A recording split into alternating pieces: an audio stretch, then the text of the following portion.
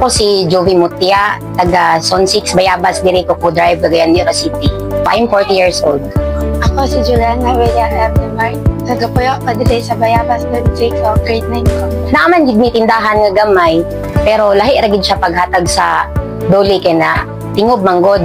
Tapos dili siya pinaagi sa utang, so naka-generate gid siya. Income gyud. Ayag-ayag ba? Tabang sila og ayag, tapos Ako kami ka kay ni trabaho man diya sa Palasan, Minaw man. putong naapil siya kay nagtabang man siya og ganang balas ito nga sinako. Moto nga pagkuan niya nakita siya. Apil siya sa profiling. Lisod ma'am uy kay anak bi nga time kay murag nagsulod gid mi og kanang kuan balenting gitaw. Kumapalit sa lending kay mahal bi ang palaliton. So gamay ra gid siya.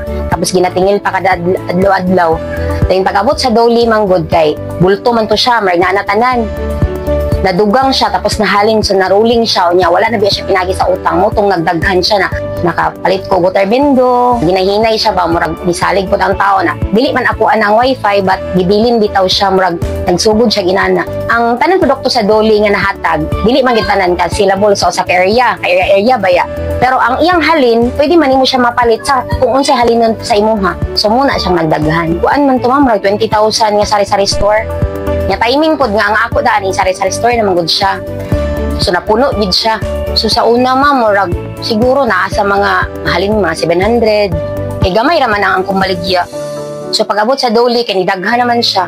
Siguro murag maka minimum makahali na kag 2,000 a day kanang ningaw. O pag swerte pagid siya pagkusog. Mahalin tag mga 4,000. Hindi pa yun na kay, dili na mo pagkabula nag-init.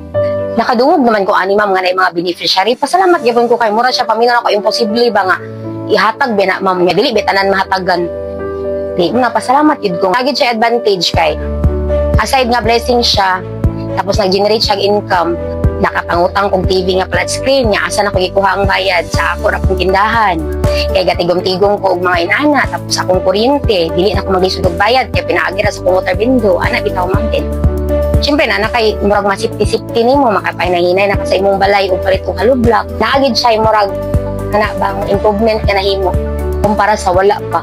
Mura pud siya lucky charm nga pag-abot niya murag ni arang-arang pud ni.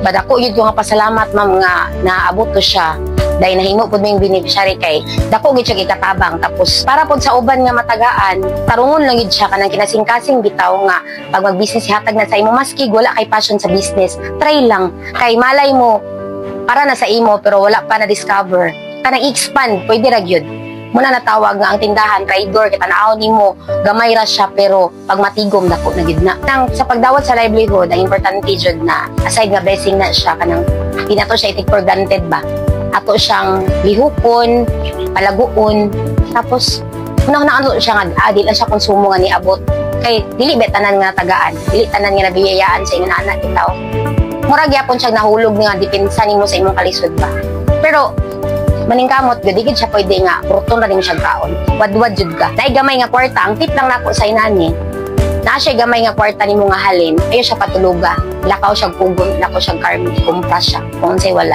imong gikumpra mo ginansya man na siya so bala kada adlaw ka maglakaw imo gina siya ituyok wa lang gyud kapoy-kapoy success gid ka bala ginagmay nagit siya. Ako si Juliana Villarreal de Mar, grade 9 kasi kaila ko sa Bayabas National High School o dili na ko child laborer.